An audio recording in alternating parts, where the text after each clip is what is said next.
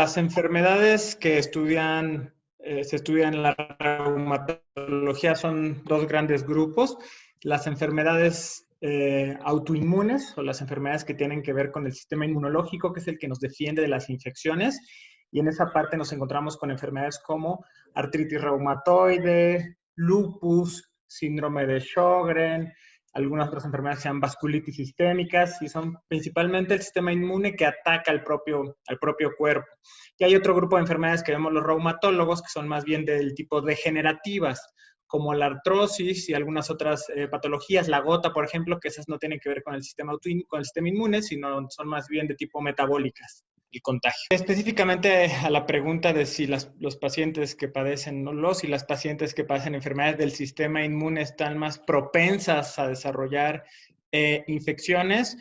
en teoría, principalmente por el tipo de medicamento que normalmente los pacientes con alteraciones del sistema inmune toman, que suelen ser medicamentos que llaman inmunosupresores, como pueden ser pues, distintos tipos de cortisona, algunos otros tipos de medicamentos,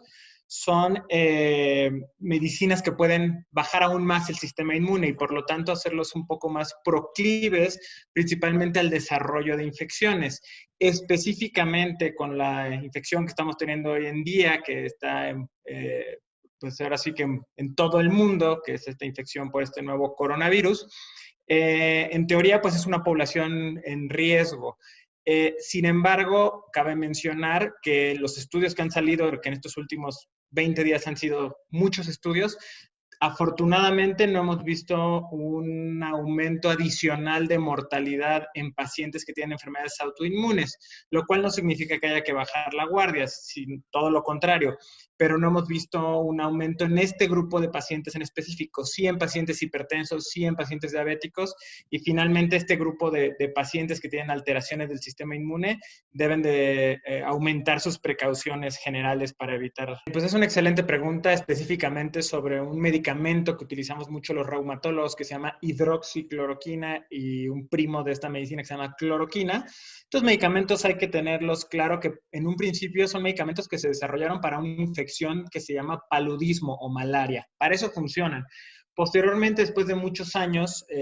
los reumatólogos principalmente se empezaron a dar cuenta que estos medicamentos funcionaban para pacientes que tenían alteraciones del sistema inmune, principalmente artritis reumatoide y lupus. De hecho, prácticamente todas nuestras pacientes que padecen lupus es prácticamente como una obligación, a menos que exista una contraindicación, de utilizar este medicamento porque les disminuye el riesgo de recaídas, de la afección del riñón, que no formen trombos, incluso mujeres que tienen lupus y tienen embarazos, se recomienda que lo tomen durante el embarazo para evitar transmisión de ciertos anticuerpos a los bebés. Es decir, está claramente recomendada en estos tres pacientes, en paludismo, en lupus y en artritis reumatoide.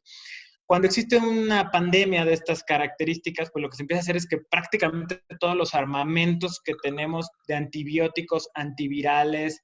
antiparasitarios se empiezan a utilizar y ver literal un poco una ruleta rusa, a ver cuál funciona. Las primeras informaciones que salieron acerca de la hidroxicloroquina y la cloroquina son estudios in vitro. ¿A qué me refiero con in vitro? Se hacen experimentos a nivel de las células, no en pacientes, y se ve si estas células responden a este tratamiento. Esos estudios in vitro demostraron que sí parecía que este virus, el COVID-19, que es la enfermedad, evitaba que se siguiera haciendo replicación, que se reprodujera, digámoslo así. Sin embargo, de que llega a esto, a que se pueda dar en un paciente, que tú llegues a la farmacia, pides el medicamento y te trates tú esto porque evita la infección, eso sí es en este momento, al día de hoy, 20 de marzo, no hay una recomendación, no hay que ir a la farmacia a comprar este medicamento y tomarlo porque te va a curar, porque hay mucha información súper falsa sobre esto y es muy importante que haya un grupo de pacientes que sí requieren este medicamento, que son nuestros pacientes que tienen alteraciones del sistema inmune, es decir, pacientes que tienen lupus o artritis reumatoide que la requieren. Si todo el mundo se pone a tomar esta medicina pensando en que es la salvación para esta infección, pues lo que va a ocurrir es que va a haber desabasto para nuestros pacientes y entonces al rato nuestros pacientes van a tener actividad o su enfermedad por desabasto de una medicina que tiene solo indicaciones claras. Entiendo que lo dijo el presidente de Estados Unidos ayer y demás, pero si uno ve esa entrevista completa, después sale la persona que es la encargada del FDA, que es la agencia reguladora de todas las medicinas en Estados Unidos, y hace una aclaración diciendo que en este momento no se está utilizando para cualquier persona sana, que incluso puede llegar a ser más peligroso utilizarlo sin saber a qué dosis y que hay que esperar los estudios. Esos estudios tardarán algunas semanas. De momento la recomendación es quien lo tenga indicado, seguirlo tomando y no ir a abastecernos de estas medicinas porque podemos generar desabasto para los pacientes que sí tienen una indicación clara de tomarla. Sí, en el caso de las recomendaciones generales para evitar la transmisión de este virus, son las que hemos estado viendo todos recientemente, que es el lavado constante de manos. Si se tiene alcohol gel, se puede hacer con alcohol gel, pero el agua y jabón funciona perfectamente. Continuo, porque nuestras manos están en contacto con superficies y el virus puede vivir en superficies desde horas hasta días. En estos momentos vale la pena salir lo menos que se pueda de casa para evitar una exposición con alguien que pudiera estar contagiados. Por lo tanto, pues evitar ir a saludar personas que se encuentren hospitalizadas, lugares concurridos, evidentemente teatros, iglesias, este tipo donde existen mucha concurrencia de personas, no está recomendado. Si tenemos o si presentamos síntomas de la infección, lo que se recomienda es que son síntomas leves, es decir, pues un dolor de garganta, un poco de mal estado general, ojos llorosos, un poco de sensación de cuerpo apaleado, como se conoce, que es como mucho dolor corporal. Si son estos síntomas, lo que hay que hacer es aislarnos al menos 15 días, que es el periodo de incubación del virus, y piensa que incluso después se tiene que aumentar otros 15 días para no contagiarlo. Y solo en cuestiones graves, como son sobre todo falta de aire, acudir a un servicio de urgencias. El mensaje para las pacientes y los pacientes que padecen del sistema inmune, enfermedades autoinmunes con la infección que estamos teniendo actualmente por este nuevo coronavirus, serían de dos índoles. La primera sería, no suspendan su tratamiento. Esa es una recomendación ya a nivel internacional,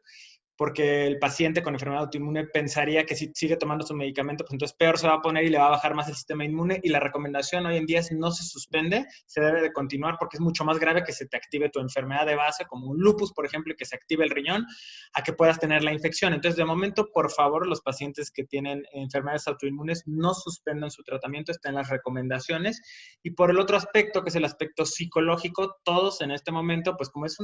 algo nuevo, pues tenemos ansiedad, tenemos un poco de incertidumbre sobre qué va a pasar. Lo más importante es estar atento a nuestras autoridades, estar viendo los comunicados todos los días, no difundir información que no esté comprobada. Estos audios de WhatsApp y este tipo de cosas, lo único que hacen es generar pánico generalizado entre los pacientes, entre el personal médico, se empiezan a colapsar los sistemas de salud, empieza a haber desabasto, no hacer compras de pánico, estar tranquilos porque eventualmente lo que tenemos que intentar es esto que se llama aplanar la curva, que es que las infecciones que vayamos teniendo poco a poco, porque es muy probable que nos infectemos un buen porcentaje de la población, no sean todas al mismo tiempo y no sean así, porque si ocurren en 3 o 4 días y nos enfermamos todos los mexicanos en 3 a 4 días, vamos a colapsar todos los sistemas, todo el abasto de los medicamentos, todo. En cambio, si nos enfermamos esa misma cantidad de mexicanos, pero nos enfermamos en 10 meses, pues en lo que unos se van enfermando, otros ya se fueron curando y entonces podemos de manera adecuada brindar la atención a todos los pacientes. Entonces, no caer en este colapso nervioso. Y si hay dudas, pues hay una línea abierta con su médico. Es preferible mandarle un mensaje al médico, un correo al médico y decirle, oye, fíjate, es normal esto y esto. Sí, ¿sabes qué? Hazlo así, o sabes que no vayas al hospital. Porque si empezamos a hacer todo lo que queremos del WhatsApp que viene de un audio de no sé dónde, pues lo que va a pasar es que solo se va a generar un nerviosismo colectivo y eso no ayuda a nadie.